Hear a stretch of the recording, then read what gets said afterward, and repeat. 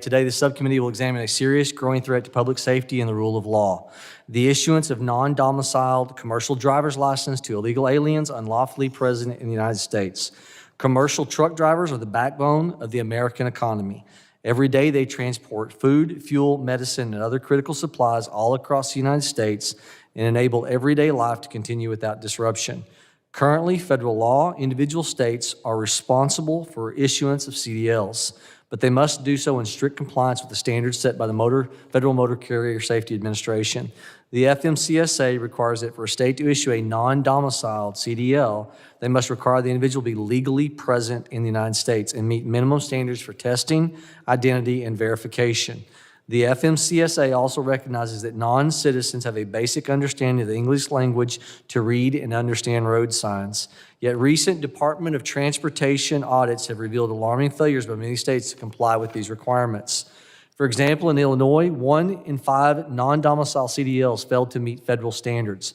Last November, the Department of Transportation found that California had illegally issued 17,000 non-domiciled CDLs. That California had illegally issued 17,000 non-domiciled CDLs. A 2025 audit by FMCSA found that over 50% of the non-domiciled CDLs issued by the state of New York were in violation of federal law. As President Trump highlighted in his State of the Union address last week, this issue has seen real and devastating consequences. In 2025 alone, at least 17 fatal crashes resulting in 30 deaths were caused by illegal aliens driving commercial vehicles with CDLs. One of the most tragic examples was a crash in St. Lucie County, Florida. Lucie County, Florida, am I saying that correctly? Sheriff, is that correct? Thank you.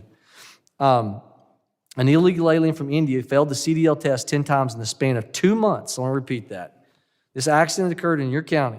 An illegal alien from India who failed a CDL test 10 times in the span of 2 months in the state of Washington managed to obtain his license, however, in California. Then drove his 18-wheeler to Florida and caused a serious vehicle incident after making an illegal U-turn, instantly killing 3 people. These are not paperwork errors, rather they represent systematic breakdowns and oversight that put American families at risk. These tragic incidents were caused by drivers who should never have been entrusted with commercial driver's licenses in the first place. These individuals were unfit to hold that credential, and if states would follow through with standards and laws, they would not qualify them to receive one. The human cost of these failures is painful. 2024, 5-year-old Delilah Coleman was nearly killed when a tractor trailer driven by an illegal alien carried a fraudulent non-domiciled CDL directly collided with the vehicle she was in. Following this incident, Delilah endured a coma and months of hospitalization and had to relearn how to walk, talk, and eat. Her recovery was nothing short of a miracle. While I am grateful that Delilah is making progress in her recovery, must be clear, this tragedy should never have happened. When the rules that protect the public are treated as optional by certain states, innocent people like Delilah pay the price. You do not have to be a scholar to understand what a bad actor could do with a 40-ton tractor trailer, especially one hauling hazardous cargo onto highways. In the wrong hands, that vehicle is not just a truck, it's a weapon capable of threatening public safety and national security. This trend is a direct consequence of former President Biden's open border policy.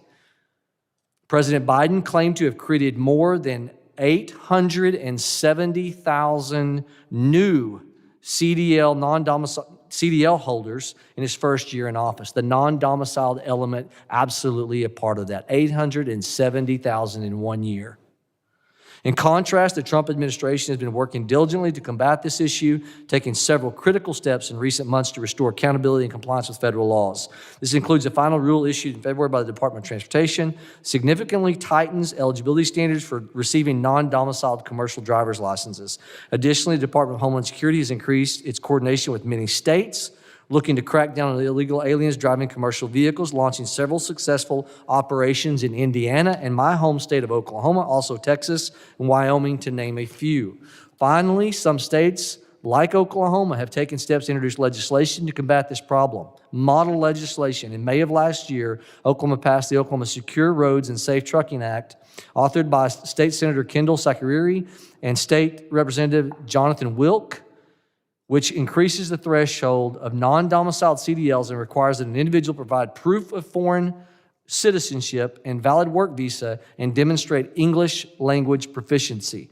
It's my hope that all states follow the footsteps of Oklahoma as they look to solve this issue. Just as a side note, as Mr. Tipton is going to testify here shortly, 500 people were positioned to be removed, found in a September analyzation of a way stations, Western Oklahoma I-40, of being in violation of FMCSA.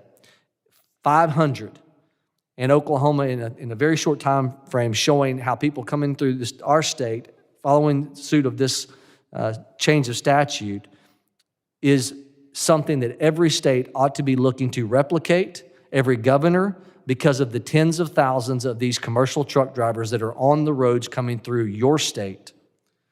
Although we are righting previous wrongs, we must remain vigilant.